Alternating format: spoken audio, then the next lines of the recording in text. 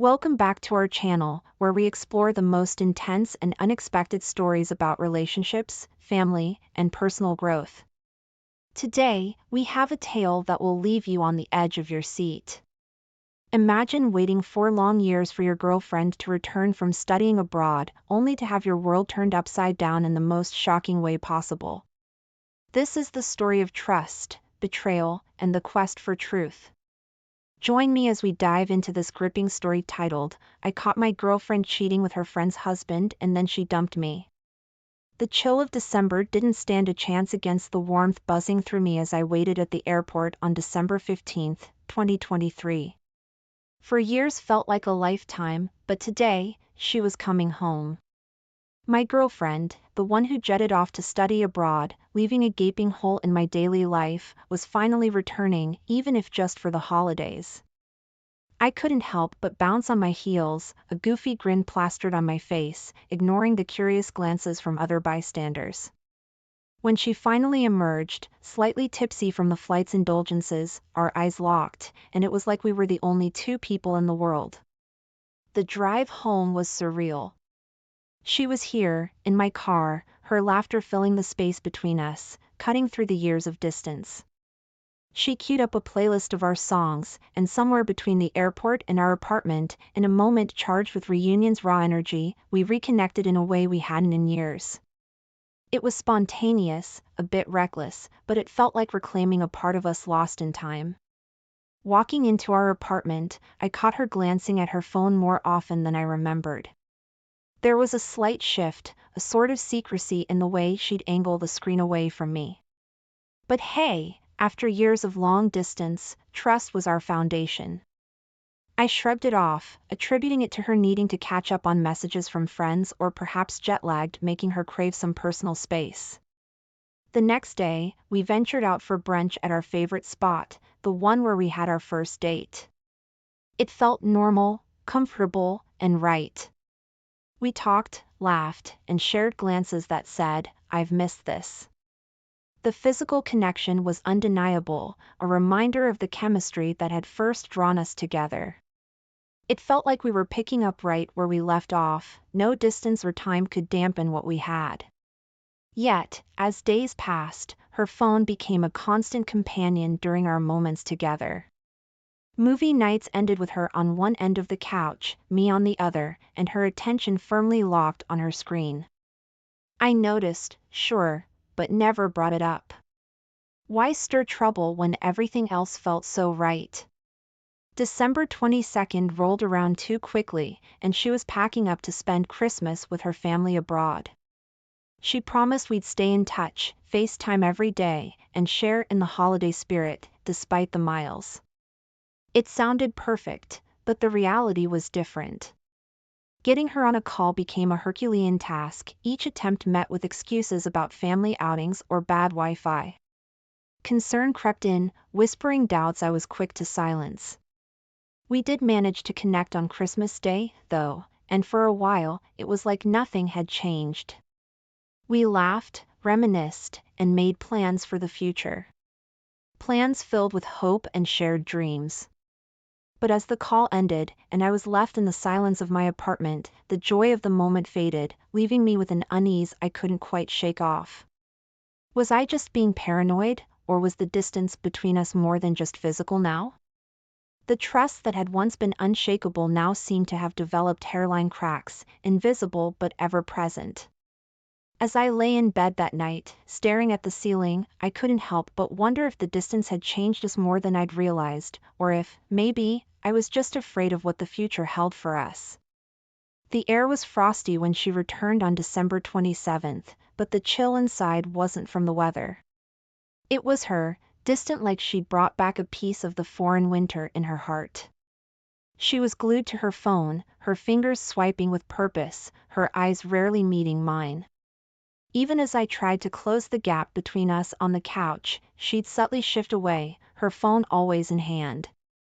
It was like she was physically there, but miles away in spirit. Then came December 30th, a day that started like any other but ended with my world turned upside down. "We need to talk," she said, the weight of those words hanging heavy between us. She talked about feeling neglected, about mistrust that seemed to come out of nowhere. I was blindsided, scrambling to find words, to understand where all this was coming from. I just think it's best if we end things, she concluded, her voice steady, her decision seemingly final. Desperation kicked in. We can work through this, I pleaded, my mind racing to offer solutions, changes, anything. I can be better, more attentive, whatever you need.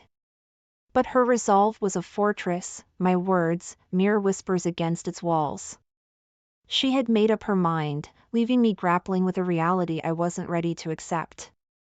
However, a sliver of hope emerged when we decided to give it another go on our city break planned for January 2nd. It was like a ceasefire, a brief respite from the turmoil. Those days were a mix of the familiar and the tentative, moments of intimacy intertwining with bursts of laughter. It felt like navigating a minefield blindfolded, exhilarating yet terrifying, not knowing if the next step would bring us closer or set everything ablaze again. By January 6th, as I drove her to the airport, the goodbye was filled with promises of effort and making it work. Yet, the unease lingered, a silent passenger on the ride back home. Her words said one thing, but the hesitation in her voice, the fleeting looks, told a different story. It was like watching a replay of our happiest moments, only this time, the colors were muted, the sounds a little off. The drive home was a blur, my thoughts a jumbled mess. The silence of the apartment was a stark contrast to the chaos in my mind. I replayed our conversations, searching for signs, for reasons why things felt so off. Was it me? Was it her? Was it the distance that had wedged itself between us, not just physically but emotionally? In that solitude, the realization hit hard. We were two people holding on to the ghost of what we used to be, scared to let go, yet hurting from holding on too tight. The promise to make it work was like a band-aid on a wound that needed stitches, temporary relief doomed to give way. I sank into the couch, her absence more palpable than ever. The room was filled with memories, with echoes of laughter and whispers of love, now overshadowed by the weight of unsaid words and unresolved feelings. The journey ahead was uncertain, a path shrouded in fog, with the only guarantee being that it wouldn't be easy. But as the night crept in, one thing was clear.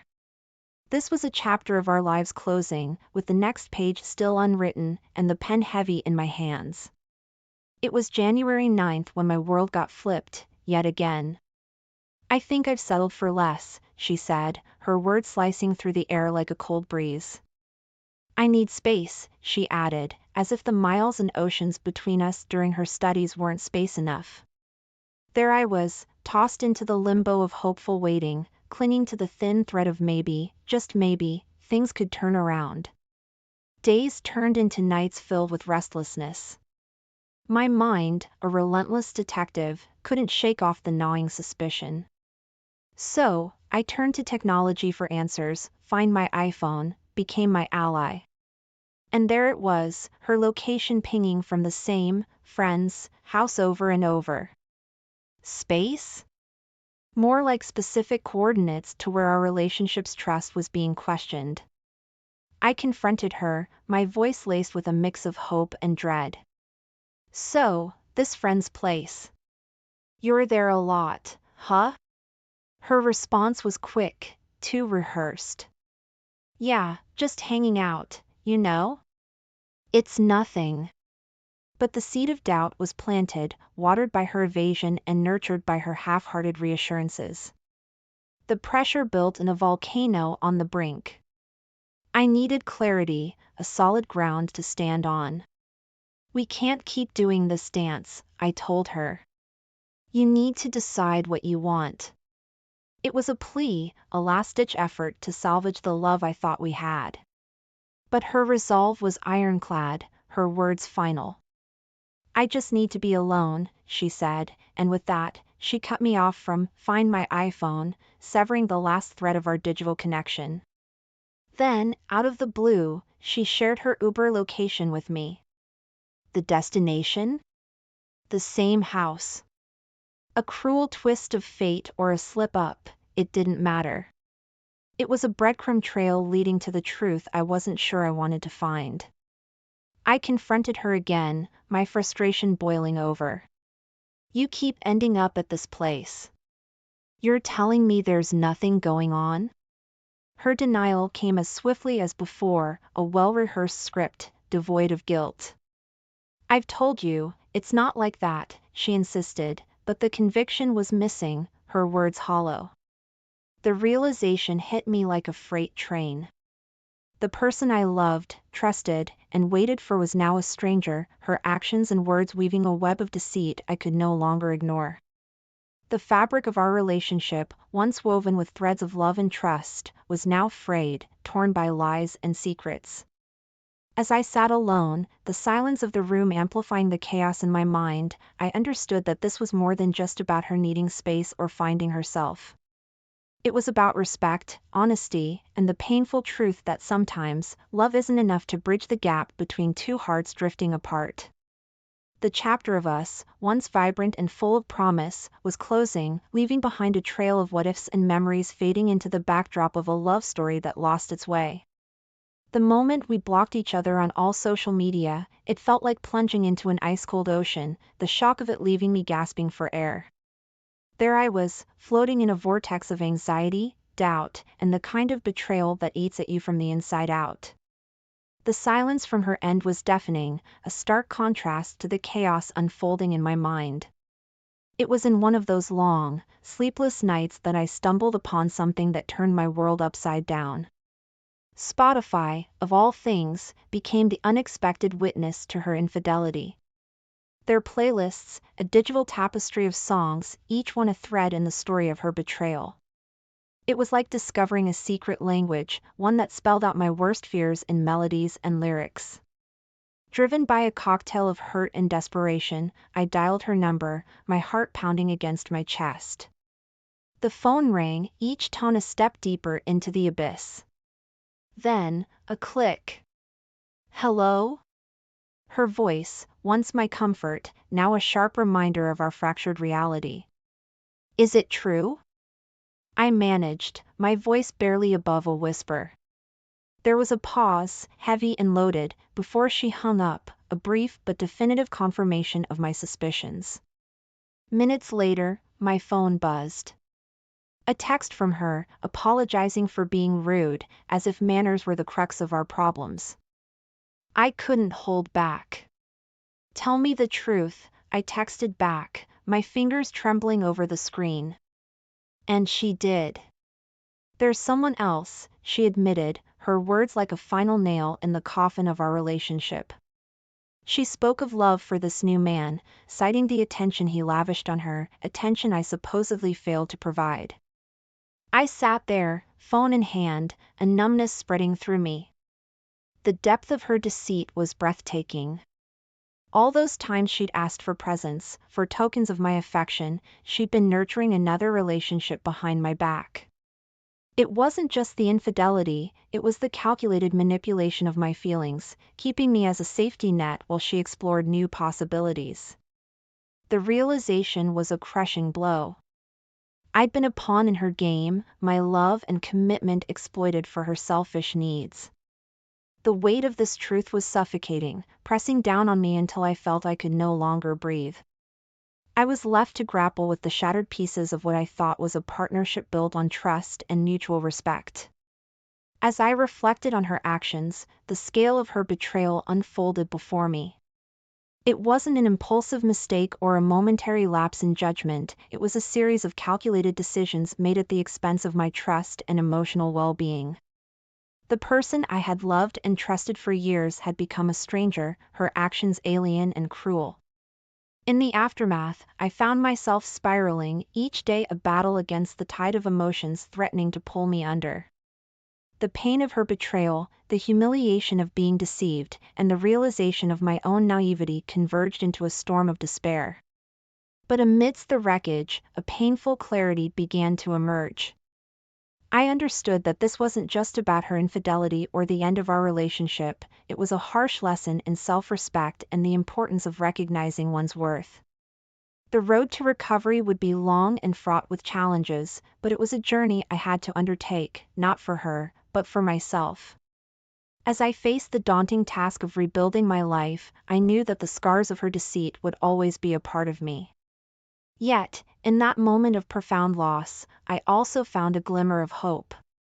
Hope that, with time, I could learn to trust again, to love again, and most importantly, to forgive, not for her sake, but for my own. Just when you think you've got it all figured out, life throws you a curveball that knocks you off your feet. That was me, the guy who thought he had the perfect relationship, until the day I stumbled upon the undeniable proof of her betrayal. It was like a gut punch, the kind that leaves you gasping for air, questioning every moment, every memory. The discovery was just the beginning, the catalyst for a descent I hadn't seen coming. I found myself caught in a whirlwind of emotions, swinging wildly between wanting to fix what we had and burning everything to the ground in search of revenge. It was a toxic mix, one that began to eat away at the fabric of my daily life. Work became an afterthought, a place I showed up to but wasn't really present. Deadlines slipped by unnoticed, and projects that once ignited my passion felt like burdens. I was unraveling, thread by thread, and the worst part? I didn't even care. My family and friends, they noticed. How could they not? I was a shell of the man I used to be, hollowed out by anger and pain. They reached out, hands extended with words of comfort and offers of escape. But I pushed them away, too consumed by my own sense of betrayal to accept their help. I've got this, I'd say, a lie I told myself more than anyone else. As the days turned into weeks, I became a detective in my own twisted drama, piecing together the timeline of her infidelity. Social media, once a place of shared photos and happy memories, became my hunting ground. Every like, every comment, a potential clue. Mutual friends, once sources of joy, were now interrogated, their words sifted for hints of deceit. My obsession knew no bounds. I confronted him, the other man, in a showdown that was more about my shattered ego than seeking any real answers.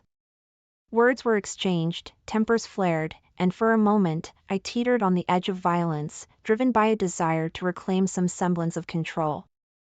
But this path, this need for vengeance, it led me down dark alleys I never intended to explore. Legal warnings soon followed, a stark reminder that my quest for justice was veering into dangerous territory. Privacy violations, they said, harassment claims, words that felt like handcuffs, restraining my every move. In a desperate bid for vindication, I turned to social media, airing our dirty laundry for the world to see. It was a mistake, a miscalculation driven by pain. Instead of rallying allies, I found myself more isolated, caught in the crossfire of divided loyalties. Friends I'd known for years chose sides, leaving me adrift in a sea of judgment and whispered conversations. Work, my once secure haven, became a battleground.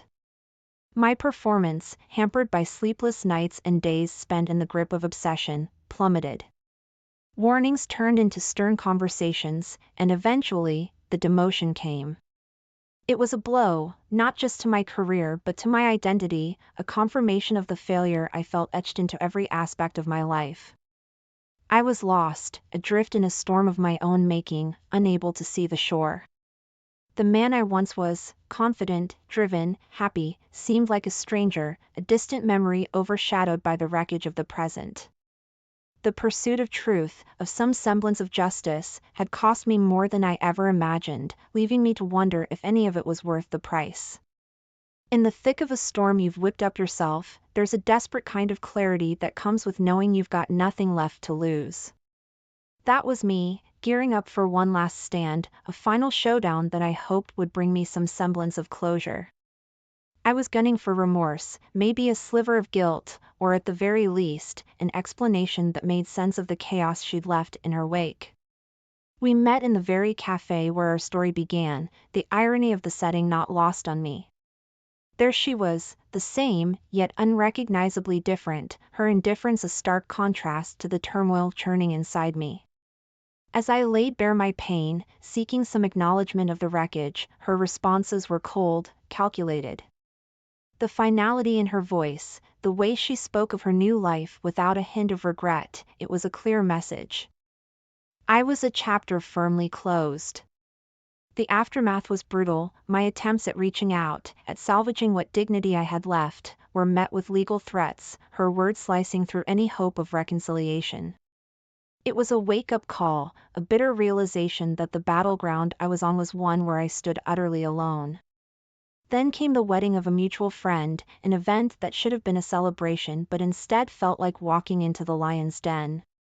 There they were, the perfect couple, while whispers of my downfall circulated like fine wine. My presence was a reminder of a scandal, my every move watched, analyzed, and judged. It was in that moment, surrounded by faces I once considered friends, that I truly understood the depth of my isolation. In the months that followed, I tried to move on, to find solace in new beginnings. But each attempt was a glaring reminder of the past, my unresolved feelings acting as a barrier I couldn't breach. The shadow of public outbursts and whispered accusations followed me, a stigma I couldn't shake. The final nail in the coffin was a letter from her, an impersonal epitaph to what we once had. Her words were sharp, a clinical dissection of our relationship, each sentence reinforcing her decision as one made in pursuit of her happiness. It was a cold, calculated goodbye, one that left no room for doubt or hope. I was left reeling, a ship adrift in a sea of my own making. The realization that I had lost not just the woman I loved but everything that defined me was crushing. My dignity, my friends, even my sense of purpose, all casualties of a war I'd waged on myself. Professionally, I was a ghost, my once promising career a casualty of my inability to separate personal turmoil from my work. The day I lost my job was just another chapter in the tragic saga I'd authored, a tangible reminder of how far I'd fallen. Sitting amidst the ruins of what my life had become, I couldn't help but reflect on the journey that had led me here. It was a stark landscape, one where every choice, every action had contributed to my undoing. The pursuit of closure, of understanding, had cost me everything, leaving me to navigate the wreckage of a life I scarcely recognize. In the aftermath of heartbreak and betrayal, I found myself adrift in a sea of confusion and sorrow. The life I knew, the love I cherished, was gone, leaving behind a void that seemed impossible to fill. It was during these darkest hours that I stumbled upon an online forum, a haven for souls shattered by deceit. Reading through the stories of others, I felt a kinship in our shared pain, a flicker of hope in the solidarity of our experiences. Compelled by this newfound community, I took the brave step of seeking therapy. Sitting in that small, dimly lit room, I poured out my heart to a stranger. It was a daunting task, unraveling the layers of trust, betrayal, and the raw wounds of my public breakdown. Yet, with each session, I felt a weight lifting, a clarity emerging from the fog of my despair. It was during this period of self-reflection and healing that fate threw a curveball my way, a chance encounter with a woman who sparked something in me I thought was lost forever. Her laughter, her empathy, it offered a glimpse of what could be. But the specter of my past loomed large, the scars of betrayal too fresh, sabotaging what little hope we might have had for something more. The realization that I needed a fresh start was sudden but undeniable. I decided to move to a new city, to leave behind the ghosts of my past relationship and the failures that haunted me. Packing up my life was a bittersweet journey through memory lane, each photo, each memento a reminder of better times, tinged with regret and what-ifs. Arriving in my new city, I was met with the harsh reality that escaping my past was not as simple as changing my address. Despite the physical distance, the reach of social media and the whispers of mutual connections ensured that my reputation had followed me. The shadow of my former life cast a long, dark silhouette over my attempts to start anew. The offer of a new job provided a much-needed distraction, a chance to rebuild my professional life and, perhaps, my sense of self. Yet, connecting with my new colleagues proved challenging. The fear of repeating past mistakes, of opening up only to be hurt again, kept me at arm's length, trapped in a self-imposed exile. In search of an outlet, a way to process my journey and perhaps help others navigating their own paths through heartbreak, I started a blog. Writing anonymously, I shared my story, my mistakes, my lessons learned. The act of putting words to my pain, to my growth, became a therapeutic endeavor, a way to make sense of the chaos that had once threatened to consume me. Now, as I stand looking out over the skyline of my new city, I'm struck by the duality of my circumstances. Yes, I've managed to put physical distance between myself and the reminders of my past, but the emotional scars remain, a testament to the cost of love and betrayal. It's a sobering realization, one that comes with its own form of peace. For in acknowledging the scars, and accepting the pain and the lessons it has taught me, I find myself ready to face whatever comes next, armed with a deeper understanding of myself and a cautious hope for the future. The journey has been long, fraught with setbacks and moments of despair, but also marked by growth and unexpected moments of grace. As the sun sets on this chapter of my life, I'm reminded that while the past may shape us, it does not define us. The true measure of our strength lies in our ability to rise from the ashes of our darkest days, to forge ahead with resilience, and to open our hearts once more, despite knowing the risks.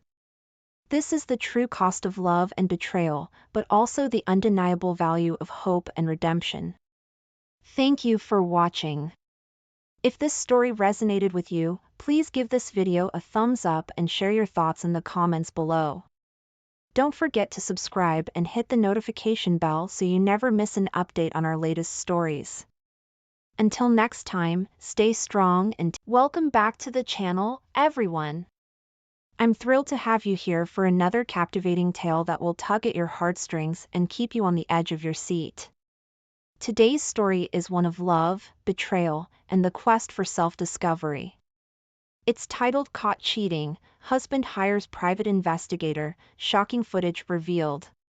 Get ready to experience a tale of trust shattered and the pursuit of truth as we uncover the secrets that threaten to tear a marriage apart. Tell something was up, but I didn't press. She said she was tired. So I went with it over the next few days. I started noticing that she was on her phone quite a bit, even around dinner time. I would ask, why is she texting a lot these days? And she would tell me that she was in a group chat, talking with her girlfriends about the girls' night out they had and planning another one. I didn't think much of it at the time. She was constantly texting her girlfriends. It was nothing new, but looking back now, I realized she was probably planning something with them that she didn't want me to know about. My wife works as a consultant for a big firm and would always come home stressed. So I didn't mind her having a night out with her girlfriends every so often. But now she is talking about another girls' night out. This will be the second girls' night out coming up in less than 3 weeks.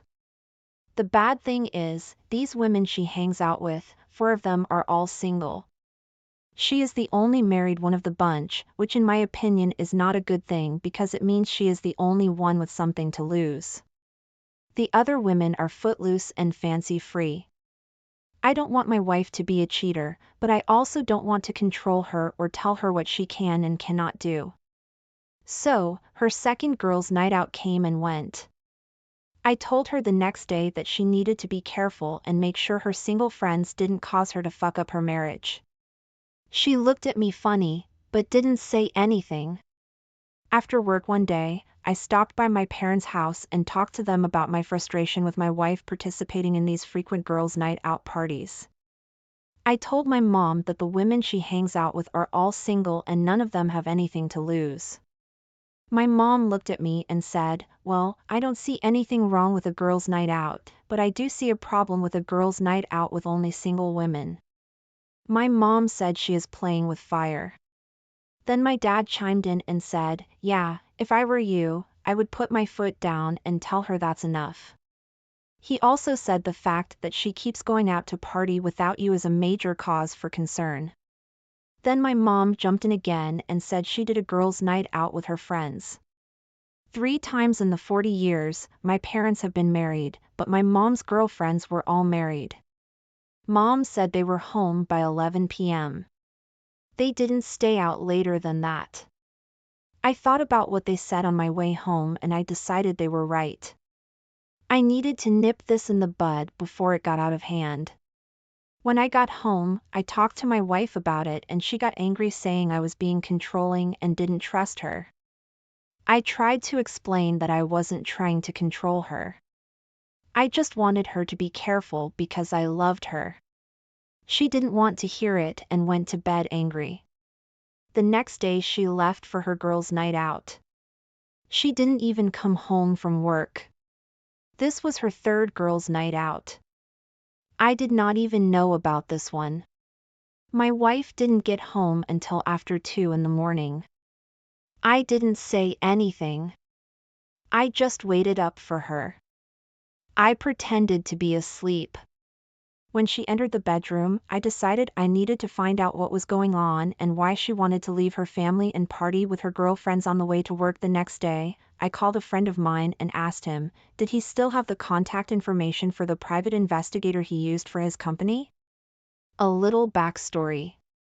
My friend had an employee who was trying to get workman's comp for having an accident on the job.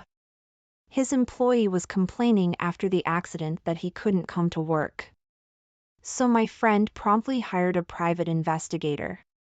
Turns out he wasn't injured at all. He was playing golf, played in a flag football league. Needless to say, he dropped the workman's comp claim. My friend gave me the number of the private investigator he used.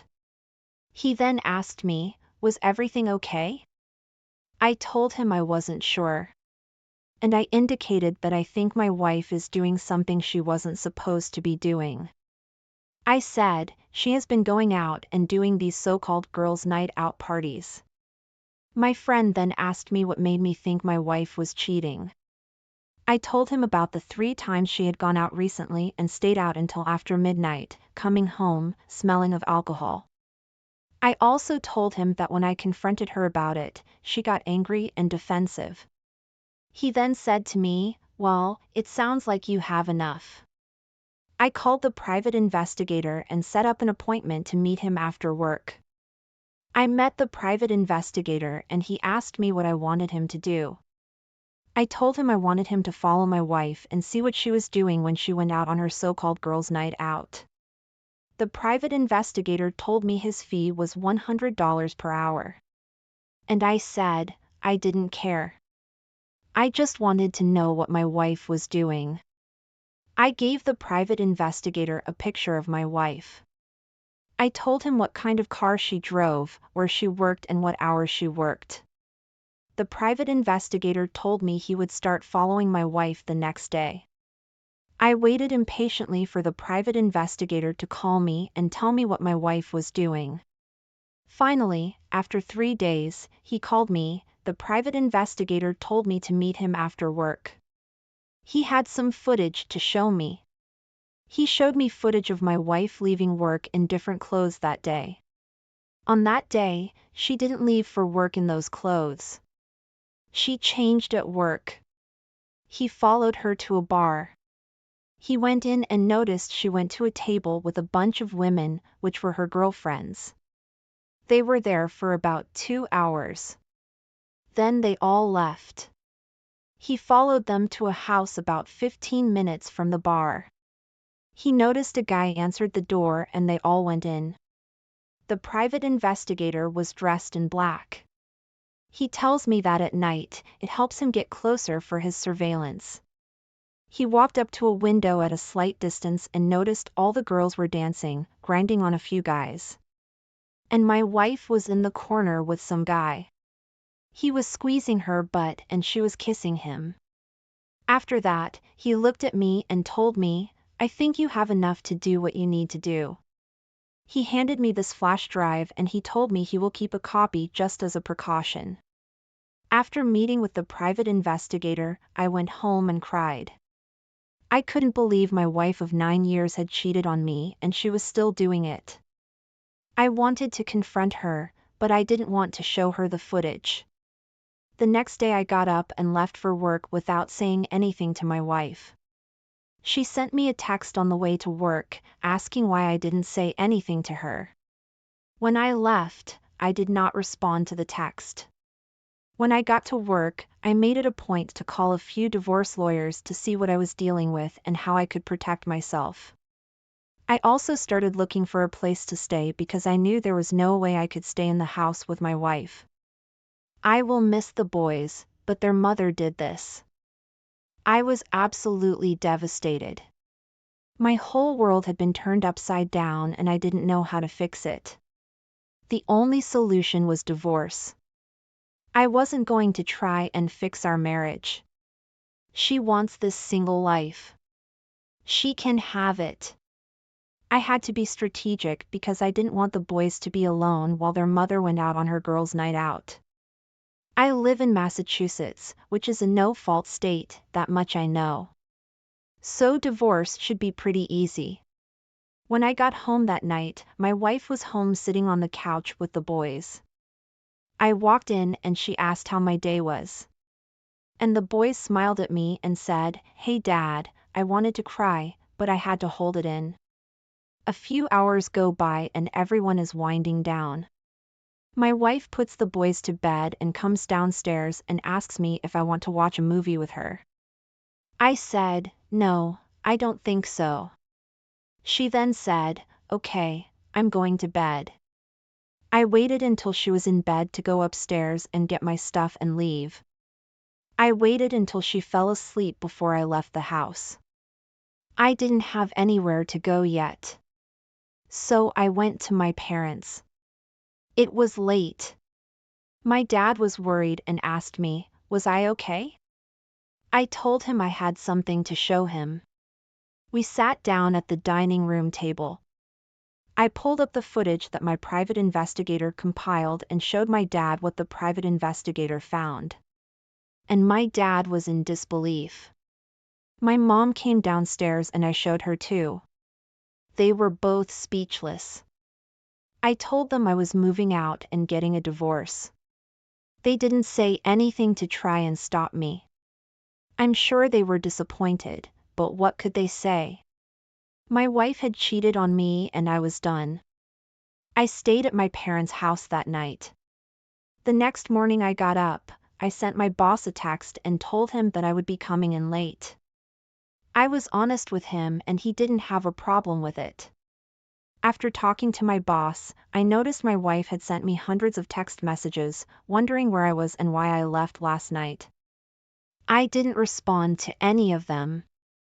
I found an attorney and filed for divorce based on the grounds of adultery. And I moved out of the house. I went back to the house when I knew my wife wouldn't be there. And I left a note on the kitchen counter. I told her that I had filed for divorce and that she could find me at my parents' house if she needed anything. After work, I drove to my parents' house and I saw my wife's car parked in the driveway. I went inside and I saw my wife sitting at the kitchen table crying. She asked me why I filed for divorce and I slowly pulled out my phone and showed her the footage and told her that I did not deserve this. I didn't deserve the way you were treating me. We sat and talked for a while and we both decided it would be best if we divorced.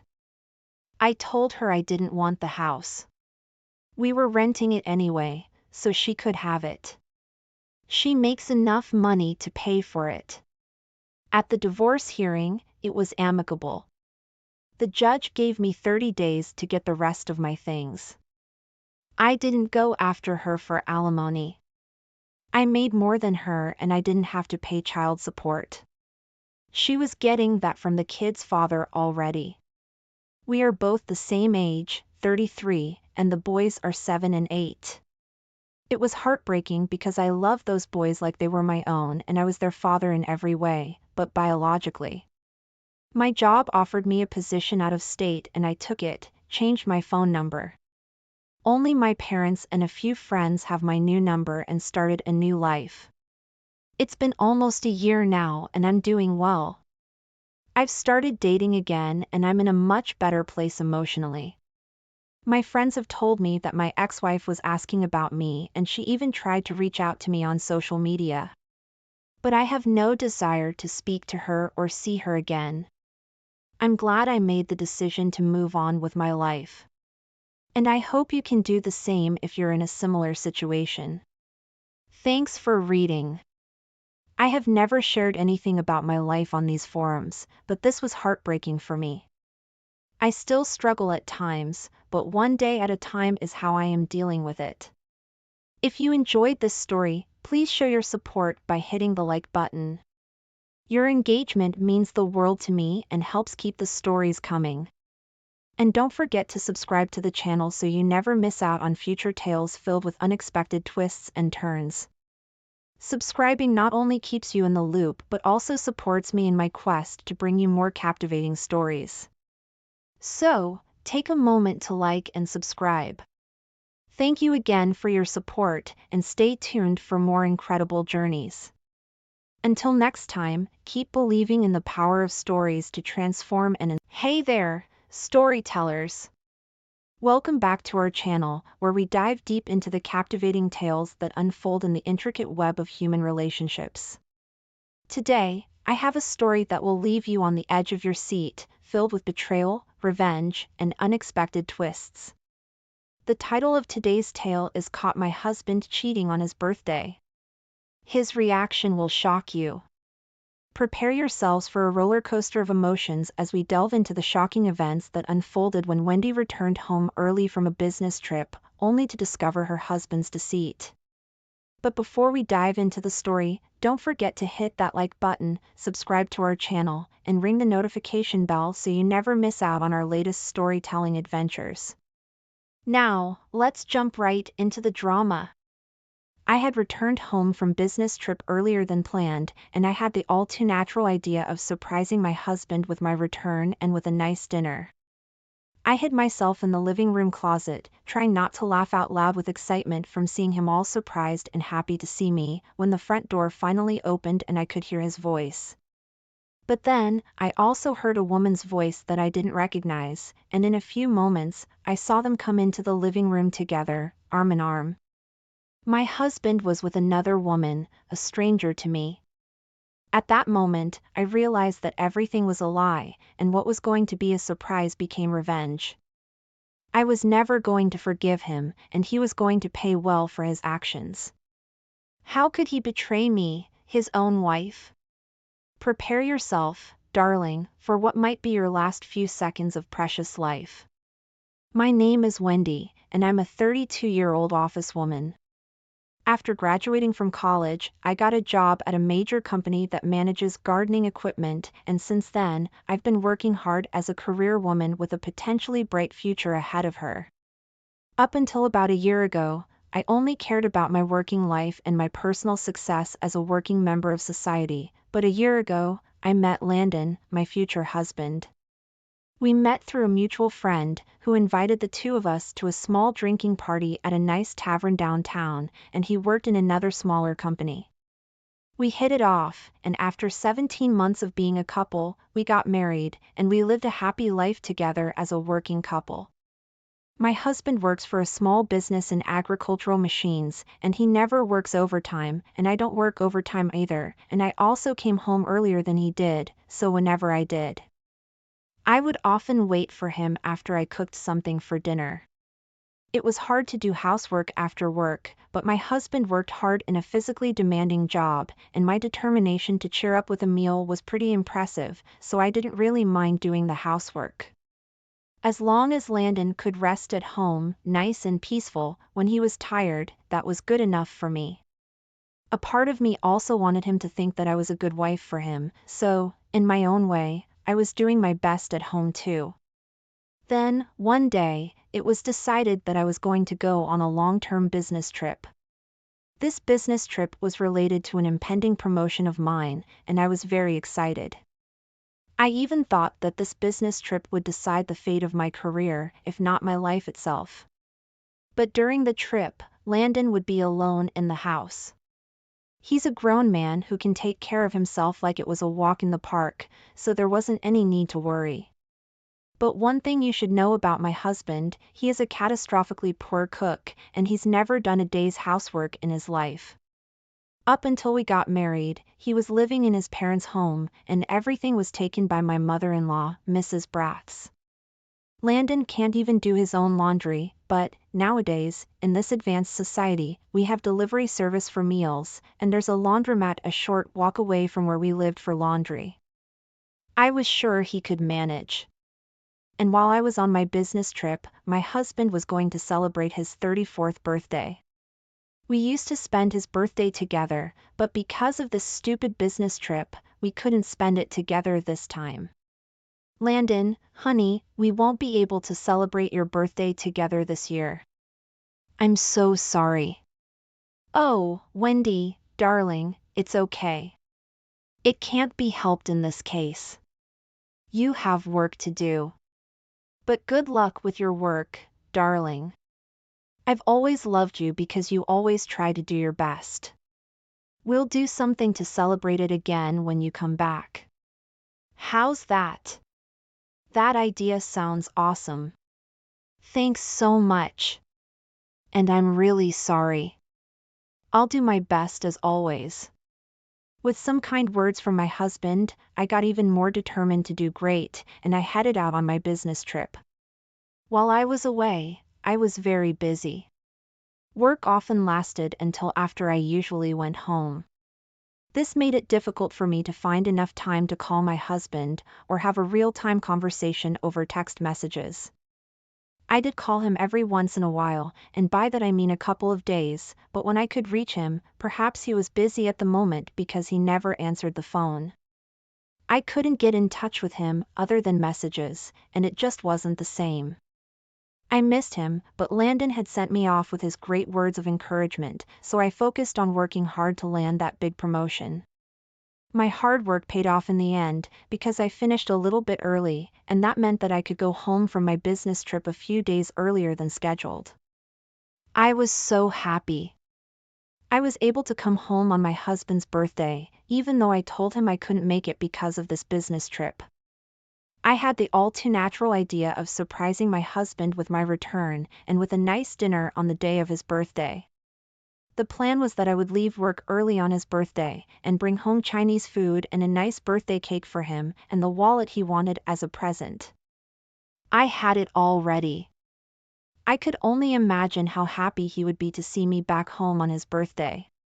Just envisioning the look of surprise and excitement he would surely have on his face made me so eager to hurry up and get home. I arrived home long before he always did.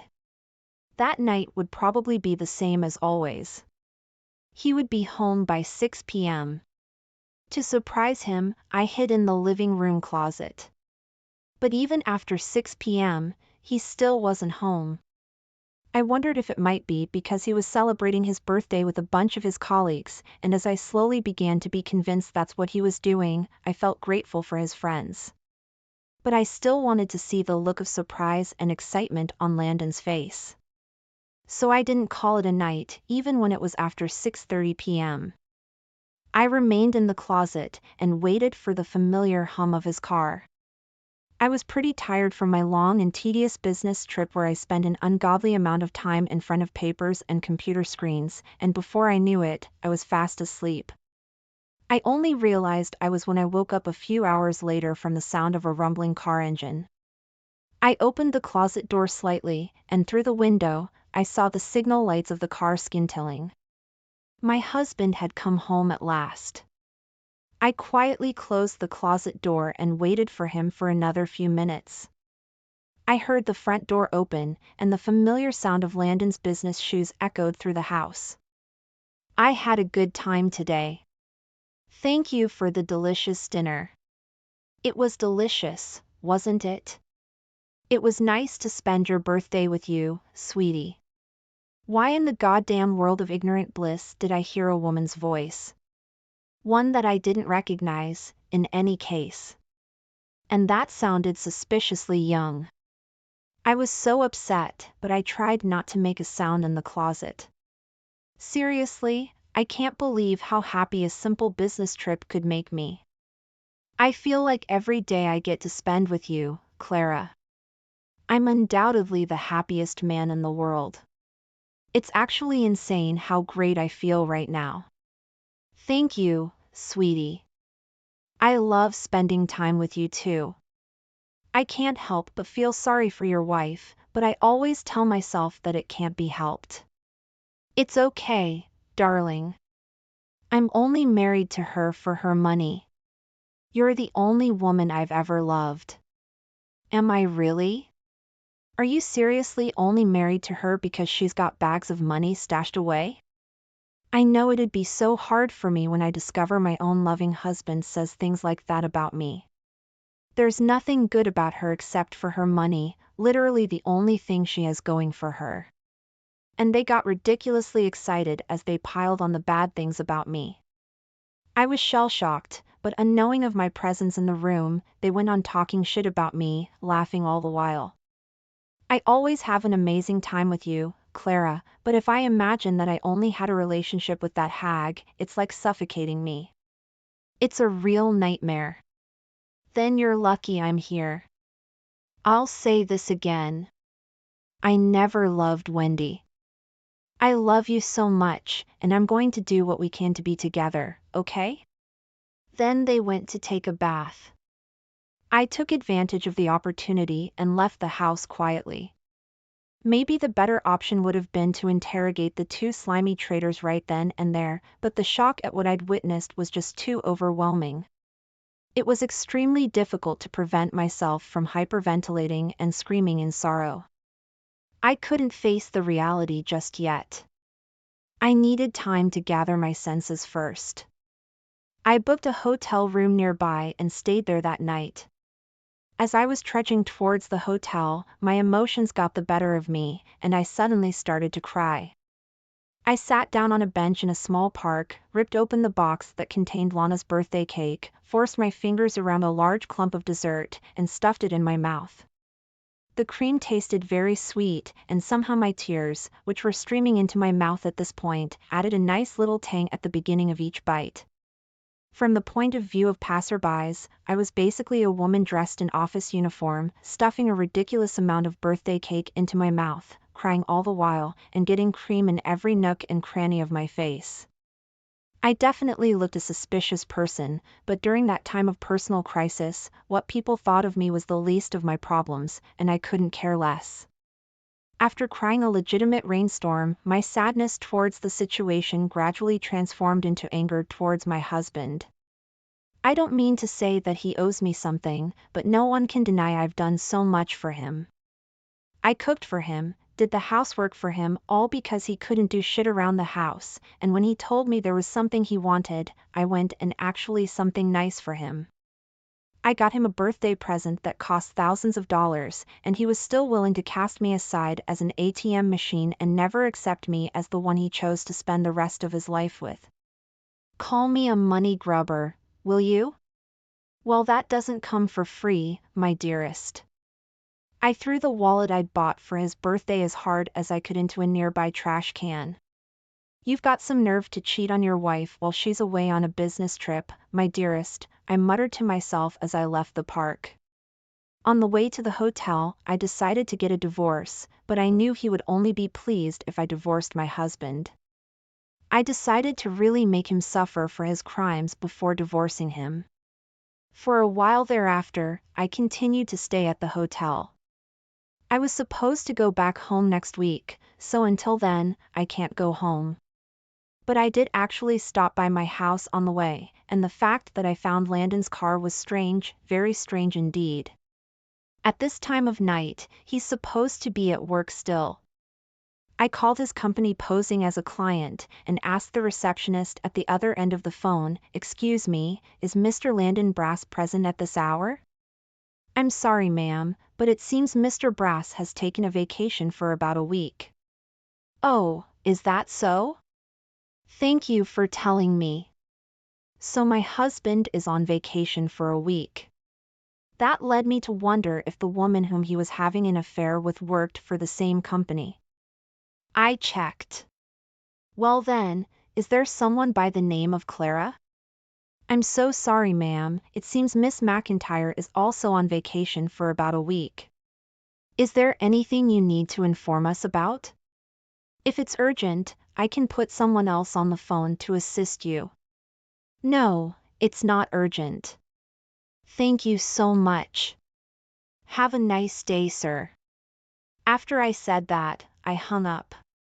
I found out that my husband was having an affair with one of his coworkers. I was so sick of his stupid bullshit I wanted to throw up. I couldn't comprehend the fact that I used to love Landon Brass. Now, I feel nothing but contempt, disgust, and fury. I stayed out of the house for a while, checking on them both from a distance. After perhaps an hour or so, I saw them having inappropriate physical contact as they exited the house. They got into Landon's car and drove off somewhere. They were each carrying a large suitcase, so naturally, I assumed the two snakes were going on a trip, taking an entire week off from work just to go on a vacation of adultery. What a couple of carefree jellyfishes. I made sure my husband was out of the house completely before I went inside. I decided to take all of my valuables and all the things I needed and leave the house, never to return to live again. After I was sure I had packed everything, I made one last check of the house, which was in fact a kind of formal goodbye to the building. I loved that house. It was perfect for both of us to have a nice and peaceful time to rest after a hard day's work, and the backyard was absolutely beautiful. Landon and I were going to build a life together, and the first step was buying this house with most of what we'd saved up. It was not a new house by any means, but considering the fact that I was going to live in it with the person I loved, it was the best house I could have asked for. But now, I was living in it with a traitor, and I didn't feel comfortable at all. My biggest desire was to leave that house as quickly as I could, but my old love for this house made me linger for another few minutes. I took a walk around the inside. I discovered a lot of the woman's belongings, Clara's belongings. I became positive that while I was away on my business trip, they were indeed planning on living together in their cheesy, unfaithful excuse of passion. Assorted lotions, shampoos, conditioners, and items of makeup that weren't mine lined the nightstand in Landon's bedroom. His closet lodged her clothes, anything ranging from casual jeans and sweaters, to beautiful dresses, to inappropriately tiny blouses. The room had a fruity smell to it, and I later found out why. Landon's old bedsheets, which were now nowhere to be found, had been thrown away, probably, and replaced with new, orange-scented ones. When I saw all this, I was beyond angry. I was utterly mortified. I wondered what all the time we had spent meant exactly. Which had we been trying to build up the whole time? I left the house, and first went straight to a trusted lawyer, who helped me prepare for the divorce, and then I went to a detective agency to gather evidence against the affair. When I went to the house the second time, I probably should have taken pictures of the evidence, but I felt like if I took pictures with my phone, the scene would burn itself into my mind in the worst way possible, and I didn't like it. Additionally, I couldn't stay in the hotel forever, so I rented an apartment that could accommodate a tenant for a month at a time. That's where I put all the stuff I had packed and taken away with me when I left the house. I had to find a new, bigger, better place to live. By this time, I had already made up my mind on getting a divorce, and nothing was going to change my mind. I no longer had any love for Landon Brass, and he was dead to me, but something told me it wasn't enough. Of all the pain he had caused me, I have to pay him back with pain tenfold. Otherwise, my gut would never be satisfied, nor would it ever forgive me for backing out. As I went about my work as usual, I waited for a call from the detective agency, and I got a phone call from at what was quite possibly the best time ever. They said they had accumulated enough evidence, which was excellent news. I asked them to keep that evidence in a secure place while I went back to my husband's house. There was a car parked outside, so I knew he must have returned from his trip of adultery. After I confirmed he was inside the house, I headed to the cake shop and bought a cake before I went back to my husband's house. I unlocked the door, and I quietly entered the building. I made sure he was not in the living room, and then proceeded to approach his bedroom door. As I got ever closer, I could hear my husband and the woman known as Clara McIntyre, whom he was having an affair with, inside. I held up the box that contained the cake, opened it up quietly, took out the dessert, set the box aside in the corridor, and burst into the room. "Happy birthday to you! Happy birthday to you!" My voice startled them both, and their faces expressed the purest shock I'd ever seen. It was priceless, and I wanted to laugh, but keeping a straight face here and going through with the plan was key. Ignoring their ridiculous faces, I kept on singing. "Happy birthday, dear traitor, happy birthday to you." Once I finished singing, I threw the entire cake at my husband as hard and as accurately as I could. The dessert landed with a satisfying splat all over his naked upper body, and some of the cream flew into the naked woman as well. "Hey! What the frick are you doing, Wendy? What the frick am I doing? Well, look who's talking. And what do you think you're doing, eh? Well, I mean... Wait, I didn't know you were home already. Why the hell didn't you call me? Why didn't I call you? Listen, buddy, I'm about to clue you in on the truth here. I was already here on your birthday. I hope I didn't say anything more to help you understand. Oh my God, there's no way." My husband's mouth started to spasm, and his darling lover must have been more speechless than he. Her mouth gaped open, and gave me the impression she physically couldn't get it shut. "I think you just stole my frickin' line, Mr. Brass. There's no way I'm seeing any of this right now. Could you explain to what exactly it is you're doing?" "Well, this is, What does you know about this place, madam? This is my house, you know." Well. Perhaps my sudden intrusion really did the job to leave them catatonic. They were visibly upset, and they were not answering any of my questions. I'm only a money grubber, after all, and this lady is the only one you love, right? Well, I have just the remedy for that. From now on, you will pay me back all the money that you stole from me.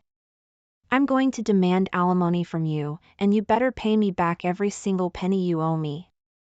No sooner had I uttered the word alimony than my husband gasped, and then I looked at the woman whom he was having an affair with. She was shaking. "Well, don't just stay there where you are, in that uncomfortable position. Get down on the floor, on your knees. I'm sure you'll feel a lot better that way." The moment I told her so, they both rushed off the bed, kneeled before me, and bowed their heads towards the floor. "I'm sorry, I was having a little bit of fun with her. Since you were away working, I missed you, and the loneliness was getting to me. Yes, that's all true. I have a husband myself, but he never pays any attention to me, and I was in desperate need of someone who appreciated my company." "Exactly, and we were actually talking about ending things right when you barged in, Wendy. We were just saying goodbye to each other." "Yes, we were. We both agreed it wasn't good for the ones we chose to marry originally. We literally just broke up, Wendy. Cheaters, liars, backstabbing traitors. I'm pretty sure all of these things describe the same two people. Let's see who can guess the right answer. I heard you two outside earlier, loud and clear." "Bullshit, you were talking about ending things. What you were really talking about was taking a 2-week trip to Japan next. You've got to be kidding me.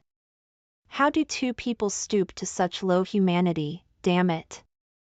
That's what I said, and both he and the woman went deathly pale, indicating I hit the nail on the head.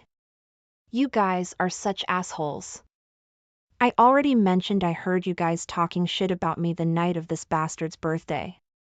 With me having this much knowledge about what you think about my frickin' existence, you really think I'm gonna whatever horseshit excuse your bird brains come up with? I'm sorry. I admit that I cheated on you, and I deeply apologize. I hope you can forgive me. Just because you act all responsible and innocent right now, doesn't mean you're any closer to being forgiven. I'm sorry, I really am. I really do believe that what I did was wrong. Divorce me. Now. Please, please don't say such things, Wendy. Really, it was just for fun. Ma'am, on behalf of Landon, I'm begging you, don't divorce him. Please. The name's Clara, right? Who are you to talk to on behalf of Landon Brass? Don't you dare forget that you're eligible for paying me alimony too, eh? But, I was just having an affair. It's not like we were married, Landon and I.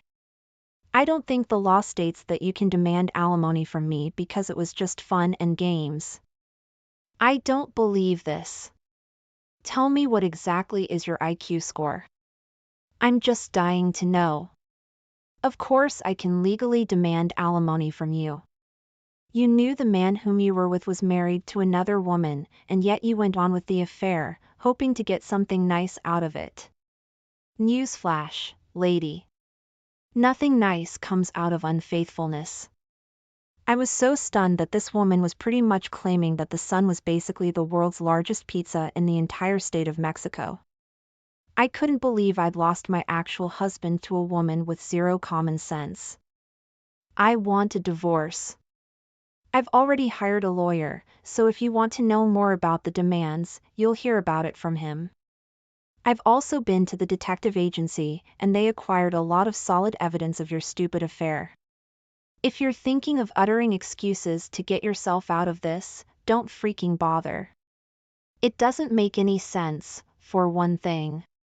And second, you'd be digging your own grave. You can't be serious.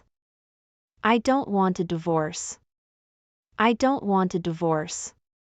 You even said you didn't want to talk to me. Being around me was enough to get you disgusted enough to want to run the frick away from this place. I don't know how you expect us to live with ourselves as a married couple, now that the relationship is ruined. Oh wait, of course. I'm the money grubber, so you literally need me in order to survive, right? No, that's not it. Oh darling, it's a shame. Because this year, I actually got you that luxury brand wallet you've been wanting for quite some time. I had it. Ready for you. And I was gonna give it to you. Now, it's in the trash. No, there's no way maybe you should have stayed true to yourself. Goodbye. That's all I had to say, and I left them with their grief and shame, alone in the house. Thereafter, Mr. Brass tried calling me a few times, but I ignored them all. I left everything to my lawyer. Mr. Brass was later fired from his job, perhaps the fact that I went to the company where he and the woman whom he was having an affair with worked, and gave them an official letter from the detective agency that contained the evidence of their adultery. Nowadays, it isn't uncommon anymore to hear about people that cheated on their husbands or wives, and it's pretty much common knowledge right now that anyone who does engage in such crimes against humanity will lose credibility in the company, and in life in general. How in the world did Mr. Brass and Miss McIntyre not know anything about that? Mr. Brass was so dependent on me for living expenses, so I wouldn't be surprised if he never saved a penny. Now that he was fired, he pleaded to me through my lawyer to let him pay the alimony and monthly installments. I agreed, as long as he paid me in full. As for Miss McIntyre, she was fired from her job and was left without any money. Mr. McIntyre found out about the affair. I believe he's also demanding alimony.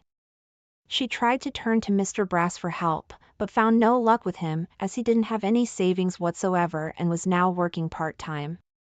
She decided she couldn't rely on him, and thus she betrayed him and replaced him with a man who seemed to be loaded with money. But that man turned out to be quite formidable because he didn't even work, and even though he's neck-deep in debt, he never failed to waste his money on stupid things like gambling and marijuana. Knowing that neither Mr. Brass nor Miss McIntyre are living happy lives after their affair was exposed makes me feel somewhat relieved. The irony is that now I know full well it's not good to take pleasure in other people's unhappiness. I got a big promotion after that long business trip I took, and I was praised as the first woman in the company's history to be promoted to that position at such a young age, 32. There are junior staff who admire me because of this achievement and makes me subconsciously put more time and effort into my work. It's a very good thing I love my work, and now I've set myself a new challenge. To be a good boss who sets a good example for my subordinates, to be a trusted employee of the company and contribute to bringing it to greatness, and to acquire what is needed to be promoted even further up in the ranks of the enterprise. Wish me luck, everyone! Thank you for sticking with us through this intense and emotional story. If you found it as compelling as we did, make sure to leave a comment below and share your thoughts. Don't forget to like the video and subscribe to our channel for more incredible stories. Hit the notification bell so you're the first to know when we release a new video. Until next time, take care and remember, sometimes, the truth is more terrifying than the lie. Welcome back to the Chanel, where we dive into the most jaw-dropping tales of betrayal and payback. Today's story is one that will leave you on the edge of your seat. Imagine discovering that the two people you trust the most are hiding the darkest secret from you. What would you do? How far would you go to get even? Our story today is titled, Found Out My Best Friend and Boyfriend Were Having an Affair, Here's How I Got My Revenge. Let's get right into it. I never thought I'd be the girl to say this, but here I am, heart shattered, trust broken. It's funny, isn't it? How one moment can turn your entire world upside down. That moment for me? Finding those videos. God, even thinking about it makes my stomach twist. I was at Lara's, my supposed best friend since forever, celebrating her brother's 22nd birthday. The house was buzzing with people, laughter echoing off the walls, drinks flowing like there was no tomorrow. And me? I was floating through it all, tipsy and carefree, until I wasn't. Laura had disappeared outside, mingling or whatever, and I decided it was selfie time. Her phone was lying around, and we always shared everything, so I didn't even hesitate. A few goofy shots later, I had this brilliant idea to send them to myself, for memories. That's when everything changed. Typing in my name, I paused. Ethan's name popped up just below mine. Why? Why would my boyfriend and my best friend be texting? Curiosity morphed into suspicion, morphed into action.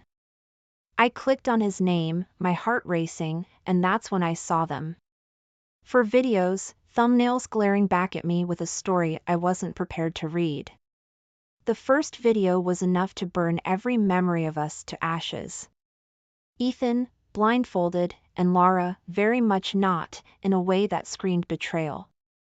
They were intimate, to put it mildly. Each video escalated, their actions a stark contrast to the love and trust one thought we shared. I felt like I was outside my body, watching someone else's life implode. The room spun, my heart pounded, and I had to get out. I couldn't breathe, couldn't think. I left the party without a word to anyone, especially not Laura. Ethan's been calling, voicemails piling up with him crying, begging for a chance to explain. But what's there to explain? The videos spoke volumes, volumes of lies and deceit. And Laura? She's been radio silent. Guilt, maybe? Or just indifference? Hard to tell with a backstabber. Now, I'm here, sitting in my room, replaying that night over and over. The betrayal by the two people I trusted most has left me reeling, unsure of how to move forward or if I even want to confront them. Part of me wants to scream, to make them feel a fraction of this pain, but another part wonders if silence is the best revenge. What do you do when your world crumbles? When the two people you loved and trusted the most leave you questioning everything? I guess I'm about to find out. The night was supposed to be simple. Can you give Laura a ride home? I asked Ethan, my voice muffled by the phone and the sounds of the bustling cafe where I worked. It was just a favor, nothing more. Ethan, always the charmer, agreed without a second thought. Of course, babe, no problem at all, he assured me, his voice a smooth balm to my frazzled nerves. Little did I know, that ride would mark the beginning of the end. I was pulling an all-nighter at the cafe, the kind of shift that leaves you questioning your life choices. Meanwhile, Laura was out, living it up at a graduation party. She'd been my rock since we were kids, but that night, she became something else entirely. When I finally got a break, my phone lit up with a message from Ethan. Lara's home safe. Heading back to our place now. Relief washed over me, quickly followed by exhaustion. I trusted Ethan implicitly, and Laura was like the sister I never had. It never crossed my mind to doubt either of them. But then, things started to shift. Lara's texts became more frequent, her questions about Ethan more pointed. How's Ethan doing? He's such a sweetheart for giving me a ride. Her words, innocent on the surface, began to carry a weight that I couldn't shake off. And Ethan? He just laughed it off, his usual easygoing self, oblivious to the storm brewing on the horizon. The first seeds of doubt were planted the next time we all hung out together. Laura, who was always more jeans and a t-shirt than anything else, showed up in a dress that left little to the imagination. She clung to Ethan's every word, laughing a little too loudly at his jokes, her eyes lingering on him a little too long. It was subtle, but undeniable. Something had shifted in the dynamics of our trio, and I found myself on the outside looking in. I tried to brush it off, to convince myself that I was reading too much into it. After all, they were just being friendly, right? But the nagging feeling in the pit of my stomach wouldn't go away. It was like watching a car crash in slow motion. You know what's coming, but you're powerless to stop it. Ethan? I found myself asking one night, the words slipping out before I could think better of it, is everything okay with you and Laura? His response was immediate, a perfect blend of confusion and concern. Of course, babe, why wouldn't it be? He pulled me close, his embrace meant to reassure, but the seeds of doubt had already taken root, growing with every passing day. As I lay in his arms that night, the silence between us spoke volumes. The affair might not have been out in the open yet, but the foundation of trust we'd built was starting to crumble. And with each passing moment, I felt myself slipping further away from the two people I loved most, caught in a web of betrayal that I never saw coming. The moment I thought about confronting them, my heart raced like it was trying to beat its way out of my chest. The idea alone felt like stepping off a cliff. Ethan and Laura, the two pillars of my world, suddenly seemed like strangers. Am I just being paranoid? I whispered to the empty room, half hoping for an answer that never came. Ethan's behavior didn't help, if anything, it only tangled my thoughts further. He was the same loving, attentive boyfriend he'd always been, maybe even more so. Flowers, just because. Surprise dinners, his warmth enveloping me in a way that almost made me forget the storm clouds gathering in my mind. Everything okay, Mia? His voice, laced with genuine concern, would pull me back from the edge every time I neared it. You've seemed a bit off lately. How could I tell him what was swirling in my head? That every laugh shared with Laura felt like a knife twisting in my back? And Laura, God, Laura. She crossed lines I didn't even know we had, her questions about Ethan veering from curious to invasive. How did Ethan react to that story you told him? He's got such a great laugh. Comments that once would have seemed innocuous now felt loaded, each one chipping away at my resolve. Their closeness was no longer a figment of my imagination.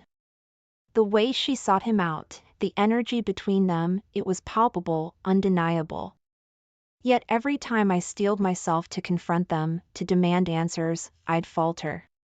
Fear of shattering the fragile peace held me back, the peace that, deep down, I knew was already fractured.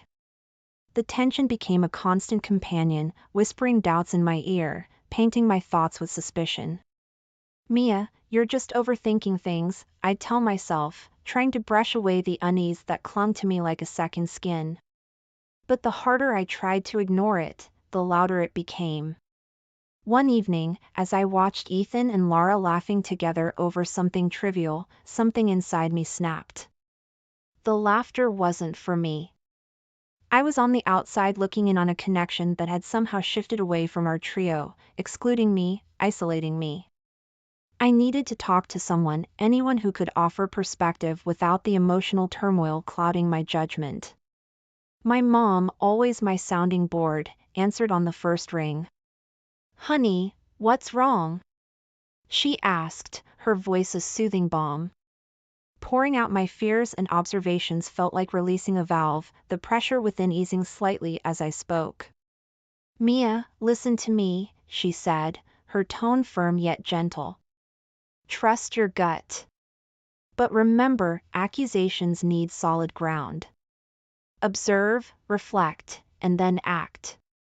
Don't let fear make decisions for you." Her words, wise as always, gave me pause. Was I ready to face the potential truth, or was the comfort of ignorance easier to bear? The answer, much like my heart at that moment, was fragmented. As days turned into weeks, the dance continued. Ethan's affection became my anchor, Lara's boldness the storm that threatened to pull me under.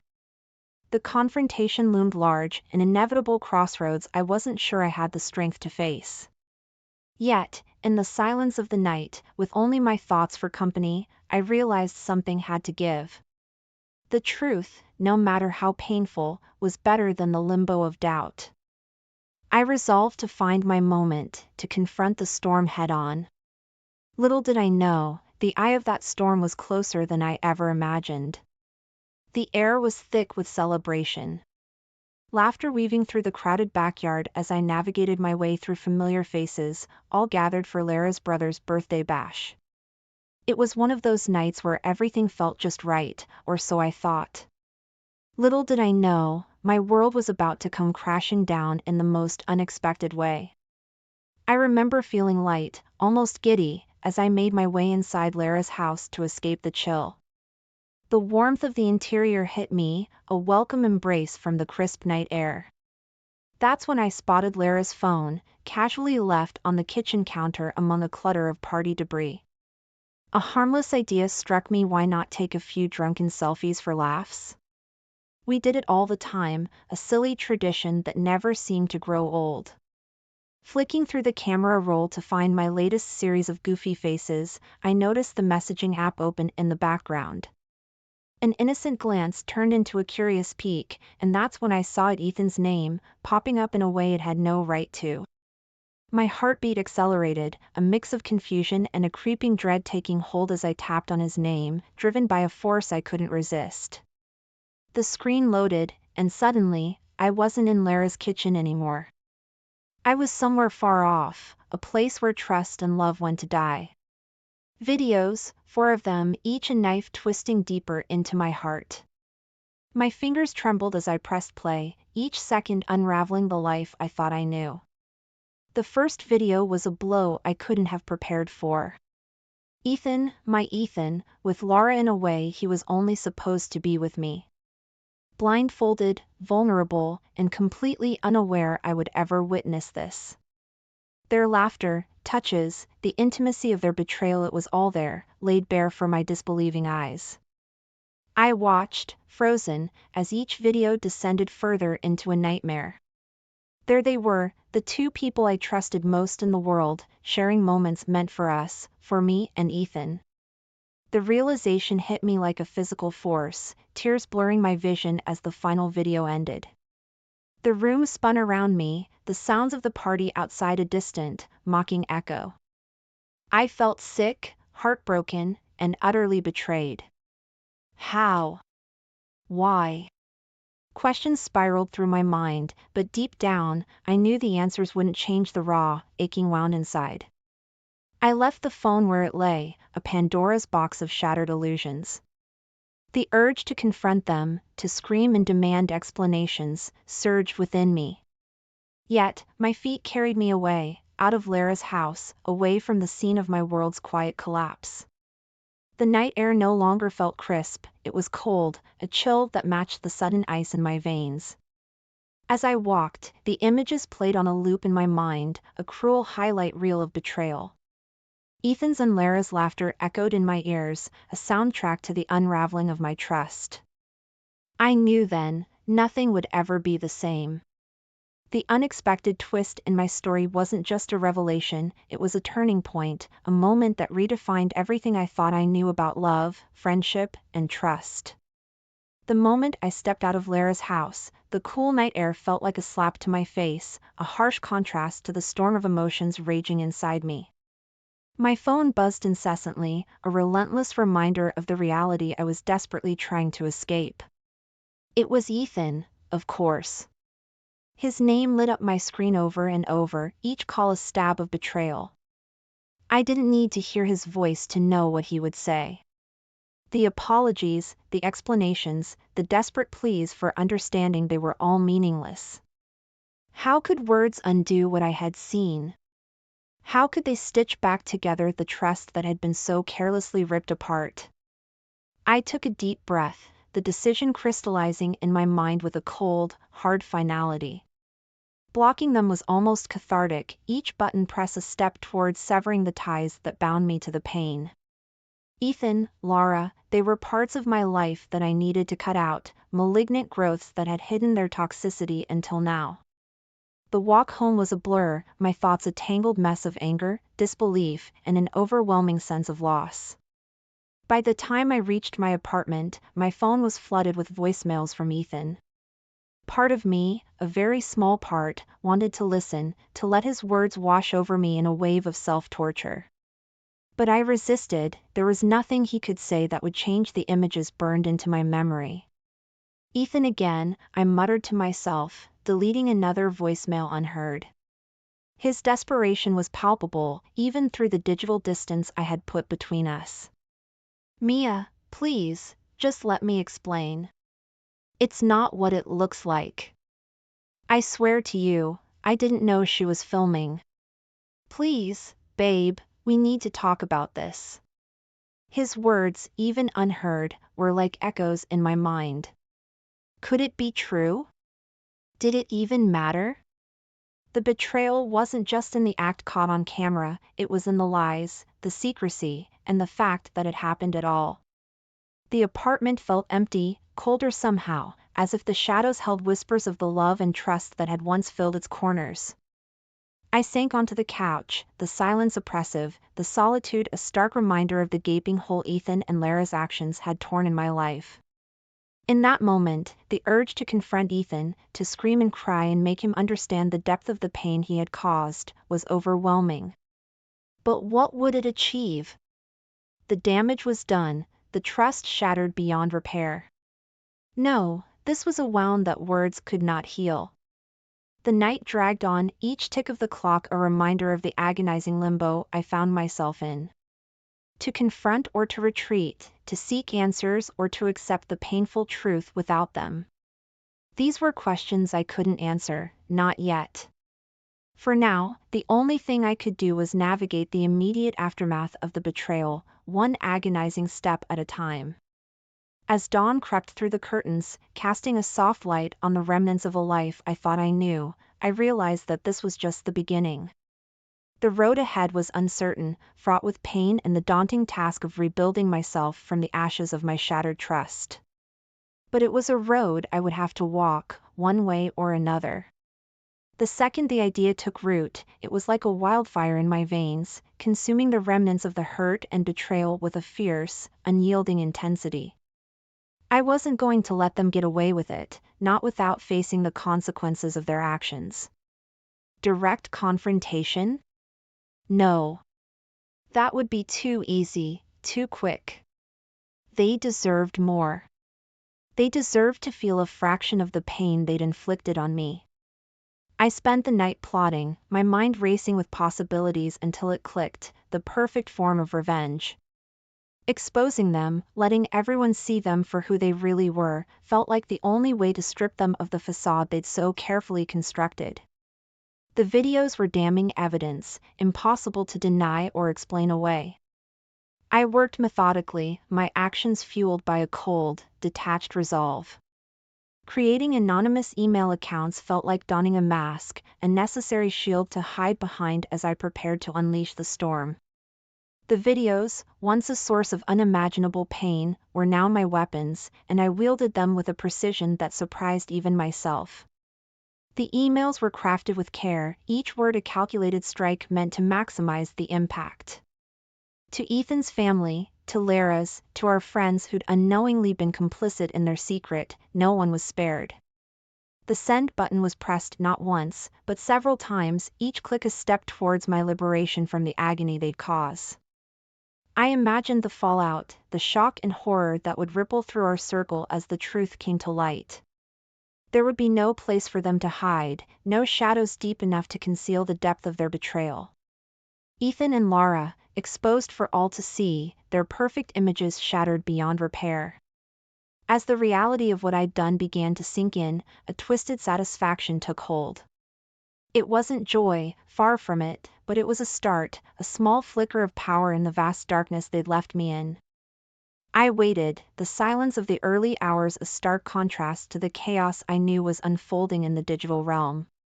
My phone remained silent, a testament to the anonymity of my revenge. Yet, I could almost hear the whispers, the shocked gasps, and the inevitable fallout. Ethan and Lara, once inseparable, would now be united in disgrace, their betrayal laid bare for all to see. This wasn't forgiveness, nor was it a path to healing. But in that moment, it was enough. Enough to give me a sense of control, a brief respite from the crushing weight of my shattered trust. As dawn broke, casting a soft light on the remnants of my old life, I knew that nothing would ever be the same.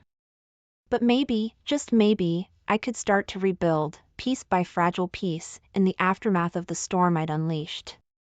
The silence of the morning after was deafening, each tick of the clock a heavy, echoing reminder of the storm I had unleashed. The night before, my fingers had danced across my phone with a single-minded purpose, sending those videos into the digital ether. It was a calculated move, cold and precise, aimed at exposing the betrayal that had torn my world apart. Now, as dawn broke, the reality of what I had done began to settle in, heavy and inescapable. My phone buzzed relentlessly, a constant barrage of messages and notifications. The digital world was ablaze with the scandal I had ignited. Ethan and Lara, once pillars of my life, were now the epicenter of a social earthquake, their reputations crumbling under the weight of their actions. I had envisioned this moment, played it over in my mind as a scene of triumphant justice. But as I scrolled through the messages, the expected surge of satisfaction eluded me. Instead, a hollow emptiness gnawed at my insides, a realization that no amount of revenge could undo the pain or fill the void left by their betrayal. The opportunity for confrontation came unexpectedly, at a gathering of mutual friends. The room was thick with tension, whispers darting through the air like arrows, each glance heavy with unspoken words. Ethan and Lara stood together, isolated, their eyes searching the room until they found mine. The moment was charged, a crackling anticipation of the inevitable clash. Ethan stepped forward, his face a mask of regret. "Mia, please, can we talk?" His voice was low, tinged with a desperation that might have once moved me. Lara stood by his side, her eyes downcast, a silent plea hanging between us. The words I had rehearsed for so long suddenly felt hollow. "There's nothing left to say," I responded, my voice steady but devoid of warmth. "You both made your choices, and now you have to live with them." The finality in my tone left no room for arguments or excuses. Turning my back on them, I walked away, leaving their apologies unacknowledged. It was a moment of closure, but not the kind I had imagined.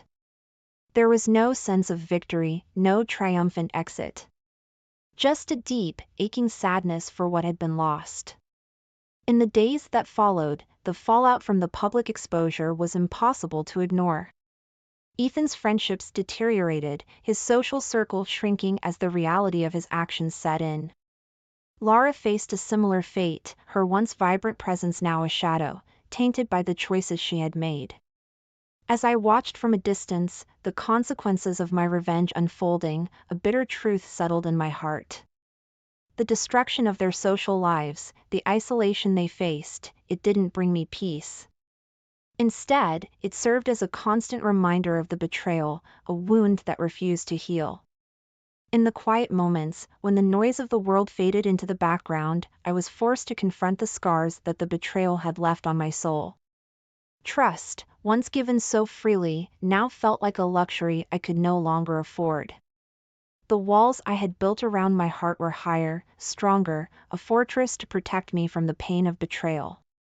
The journey from love to betrayal, from betrayal to revenge, had brought me to this place, a place of reflection, where the cost of my actions lay bare before me.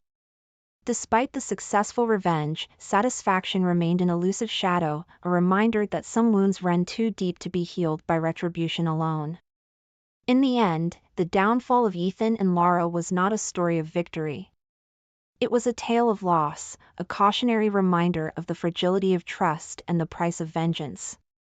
As I moved forward, the lessons of this chapter etched deep in my heart. I knew the road to healing would be long and uncertain.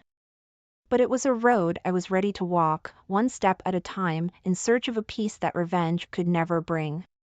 The morning light crept through the curtains, casting a soft glow across the room, illuminating a new chapter in my life. The past few months had been a whirlwind of emotions, a tumultuous journey through betrayal, pain, and ultimately, growth.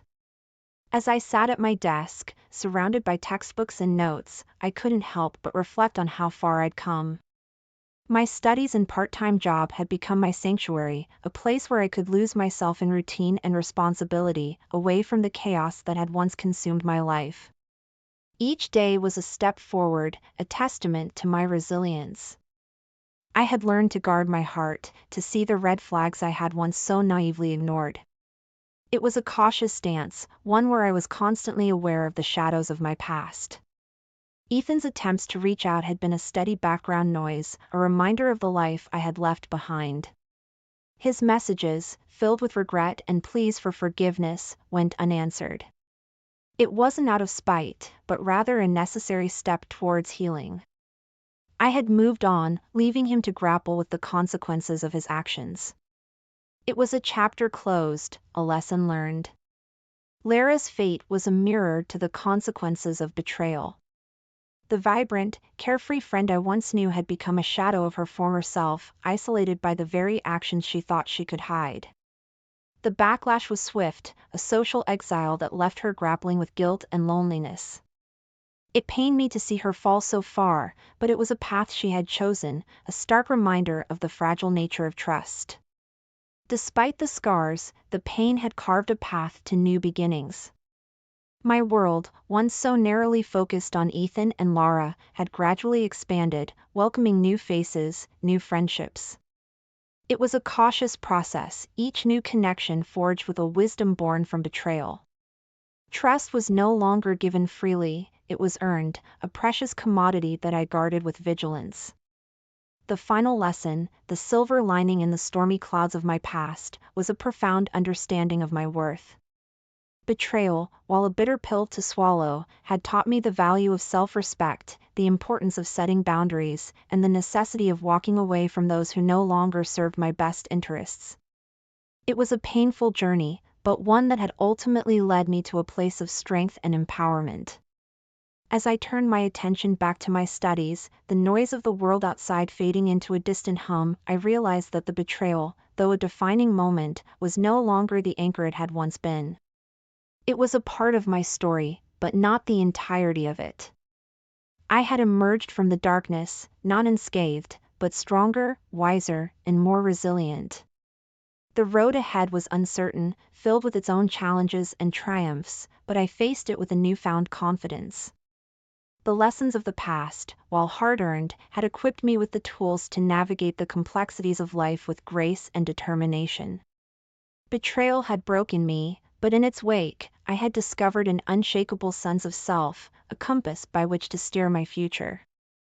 And so, with a deep breath, I embraced the day, ready for whatever lay ahead, secure in the knowledge that I was no longer the person I had once been.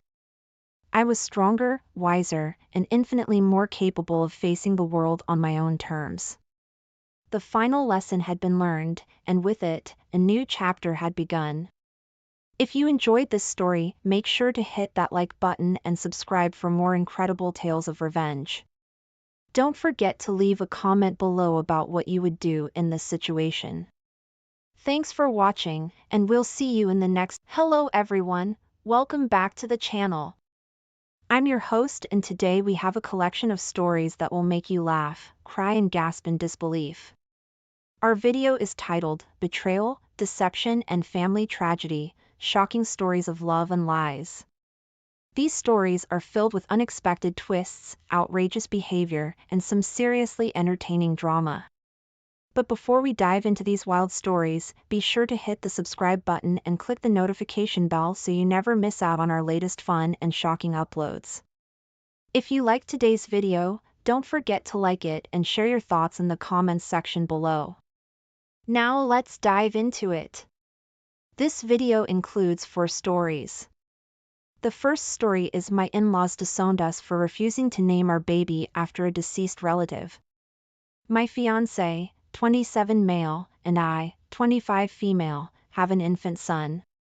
We're overjoyed at being parents, but most of my in-laws refuse to even see our baby because of our decision concerning his name. My in-laws have a tradition of giving the firstborn son of every generation the same name.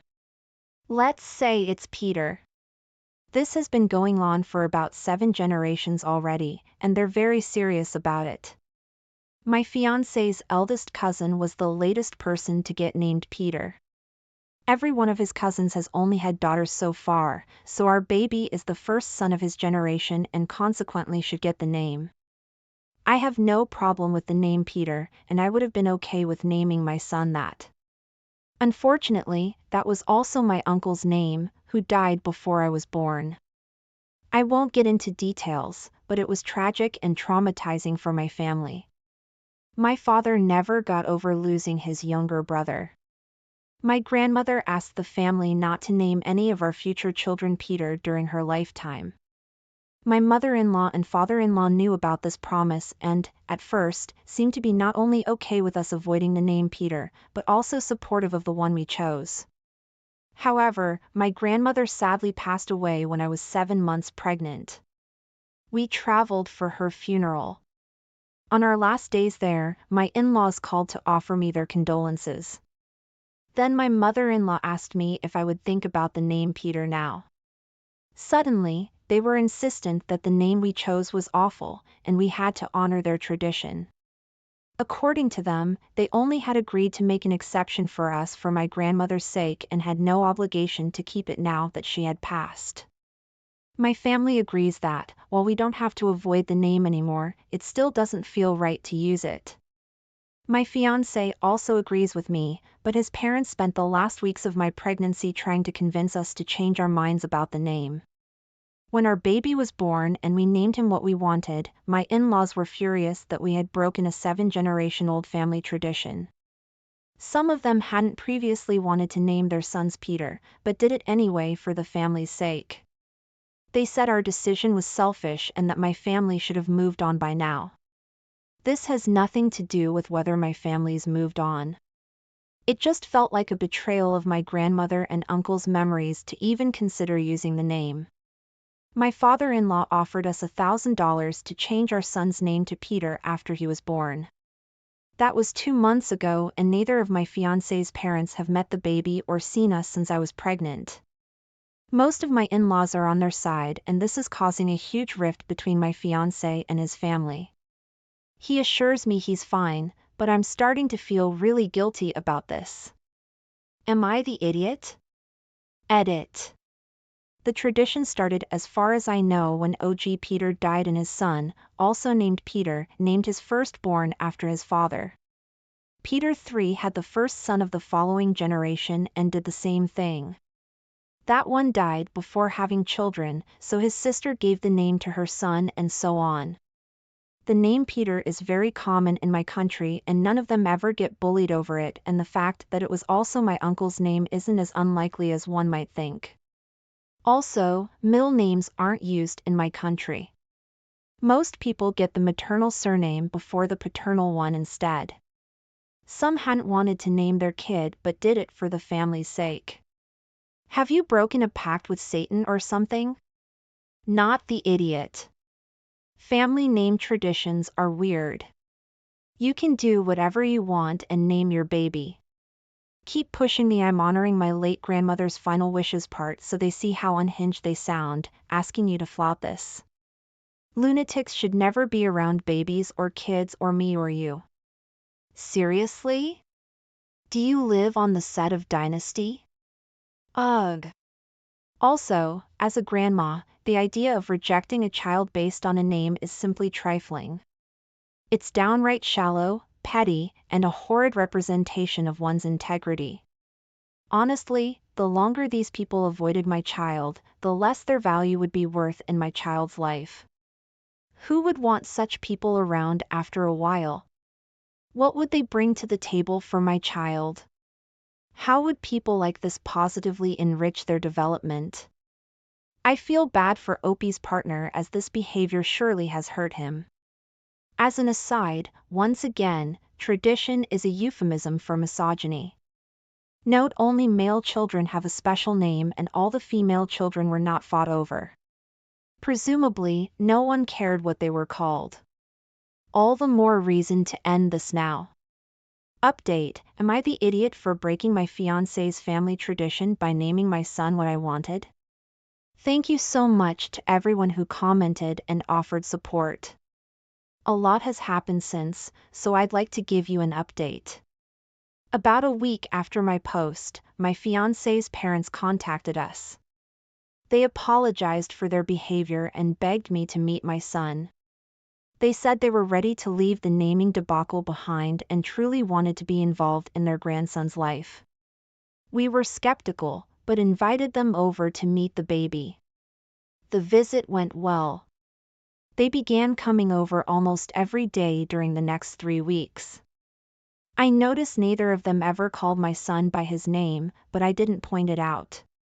Things seemed good for the first time in months between my fiancé and his parents.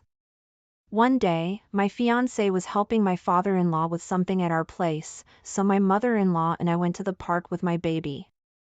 I had to go to the bathroom sometime later, so I left him in the stroller with her.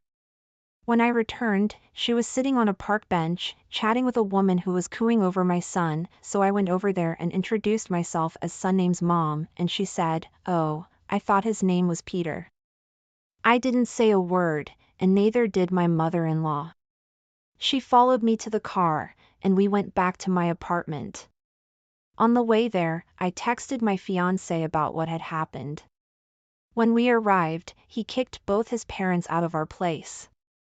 He'd read my text and confronted his father. Thankfully, my father-in-law is a terrible liar and confessed immediately. Apparently, both my in-laws only call my son Peter. That includes whenever they're talking about him, every time they introduce him to someone else, and even baby talking to him on the few occasions that they were left alone with him. Neither of them is embarrassed by this and thinks they're in the right. We're heartbroken, especially my fiancé, not only because his parents can't let go of their pride, but also because the name we chose for our son means a lot to both of us. I blame myself for encouraging my fiancé to allow them near our son. I was raised in a different city than all my grandparents, and I always wished they could have been more involved in my life. Losing my grandmother didn't help. Pretty much every doubt I had only existed because I thought it would be important for my son to grow up with all of his parents around. But now all my guilt is gone. They don't deserve to be in his life if they can't respect my son enough to call him by his name. I hope they enjoyed the 3 weeks they had with their grandson, because that's all they're getting until they get their heads out of their butts. Yikes! Are they this psychotic and unhinged about other things in life, or just this one issue? What a weird hill for them to die on. We can be grateful you found this out now, because if you play your cards right, by the time they see your son again, he'll know his name. According to my fiancé, they've always been a little entitled, but I never really saw them enough to be able to say that. When the lady from the park asked about his name, it did cross my mind that she might think I was a kidnapper. However, his name is written on one of his blankets, which calmed me down a little. Still, I can't help but think of what my mother-in-law would have done had the woman threatened to call the cops. I seriously can't wrap my head around this. They're throwing away a son, a grandson, future grandchildren, and a daughter-in-law. Family members that some people would give anything to have. That's the real atrocity. That's something for them to feel ashamed about. That's literally so tacky and disgusting of them. I'm sure your husband is so embarrassed and ashamed that his family's being this way. He probably feels guilty, but it's so hurt. I'm so sorry, OP. Wow, just wow. We recently moved in with my in-laws because I'm 31 weeks pregnant with our first child, and I feel like I need my mother-in-law for support since I've been pretty terrified the entire third trimester and my parents don't live nearby. My husband didn't want to move in with them, and the only reason he did was that I told him I'd go without him and he could stay in our home alone until after the baby's born. His parents are great and very close, so that's not why he didn't want to temporarily move in with them. We've thought about it a lot before we moved. We're still arguing about it now because he thinks it wasn't necessary.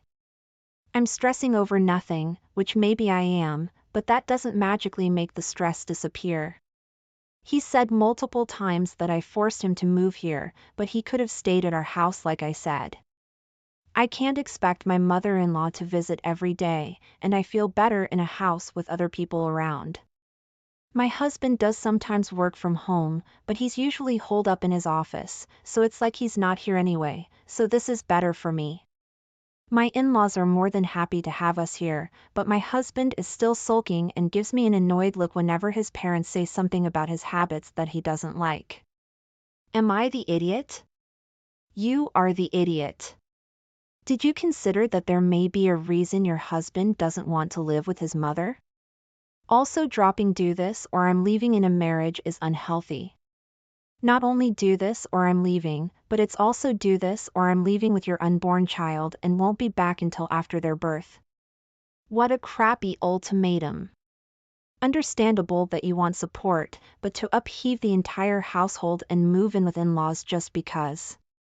Sorry, but that's the nuclear option in marriage. What do you say if he says fine and then you don't get his mother because you left him? Everyone around you has to change their lives around because you're afraid. Of what exactly? Grow up, lady. You decided to have a child, not them. Your self-centered entitled attitude is out of control. I talked to a therapist about anxiety as it can and might only get worse from here. Your doctor must be informed that you moved into your in-laws' house because you're too scared to be alone for labor or when the baby comes. I disagree. OP is not the idiot. When people ask for help, they're the bad guy or girl. When they don't, they're also the bad guy or girl. What the heck do you people want? She said she needed and wanted help and that she'd like to stay with her mother-in-law because they would be happy to help her. Why is this a problem? If this was her own mother, would anyone blink an eye? Childbirth is a big deal. It's natural to feel some anxiety as a first-time mom. How fortunate that she has supportive in-laws and a good relationship with her mother-in-law. My wife, 31 female and I, 36 male, had been married for 2 years now, and she has a very regimented wellness and mindfulness routine. She wakes up at 5 a.m., does yoga in the spare room, goes on a quick run and comes home to make a smoothie using one of those loud Nutri Ninja blenders and will get on with her day. She also meditates in there, journals and does other things that I can't disrupt her because it's her personal time. She was like this before I met her, and it was clear that if I wasn't on board with this aspect of her routine, she doesn't want to pursue anything with me. While I'm not thrilled she has the whole room for herself, I did ask if I could put my PC in there so it's not in the dining room space. It was there before I moved in with her, so I made my peace with it. My sister's coming to town with her partner and young daughter, young grammar school age. We both agreed to let them stay with us to save money. My wife wants them to sleep in the living room because we have multiple comfortable sofas for them to sleep on. While there was enough room, I made my case for buying air mattresses for them and setting them up in my wife's spare room. I also asked her if she would part with her smoothie making at least until they wake up so they aren't disturbed in the morning. My wife is vehemently opposed to giving up her room and smoothies. She doesn't think the room will be comfortable for them. No carpets, and it's got huge windows and massive mirrors on one wall, and says that if I'm using this situation to disrupt her routine, which I apparently hate, I'm not sure where she got that from since I've never asked her to change it. We're in for a disagreement over where they should stay, and my wife is even threatening to not allow them to stay and have them get a hotel for the visit. Am I the idiot? I don't think giving up the room is that hard to ask for my family's comfort, and it's only 3 days. As someone who's currently in the throes of a deep dark depression, I feel like your wife's routine was possibly born out of an absolute necessity and that it may be the thing that keeps her functional. I would say that she was very clear with you about how important her routine was, so I think you are the idiot for wanting her to change it. I do also understand that she may be seen as non-accommodating, but it was never a secret. Some things that look selfish are more than what they seem from the outside. I don't care if he agreed, anyone who needs to run a blender early in the morning with guests is selfish and needs therapy to work through their issues. I'm a creature of habit too, but that's not an excuse for rudeness. She needs to work through her issues in therapy. Dominating an environment and being unable to care for others is a big issue. Also, people can readjust their positions and evolve over time. Then the guest should stay in a hotel. They can also readjust their positions. She made it clear she has a routine. She's trying to work with you by letting them stay with y'all, but you're so desperate to interrupt a routine that's somehow bugging you that you refuse to see it. Perhaps you should ask yourself why you are so resentful of this routine.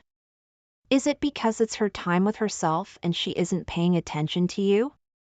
Or because you're jealous that you don't have that same dedicated time allotted for you to have your time? Look at yourself and figure it out soon. Update. Thank you for all the advice, everyone.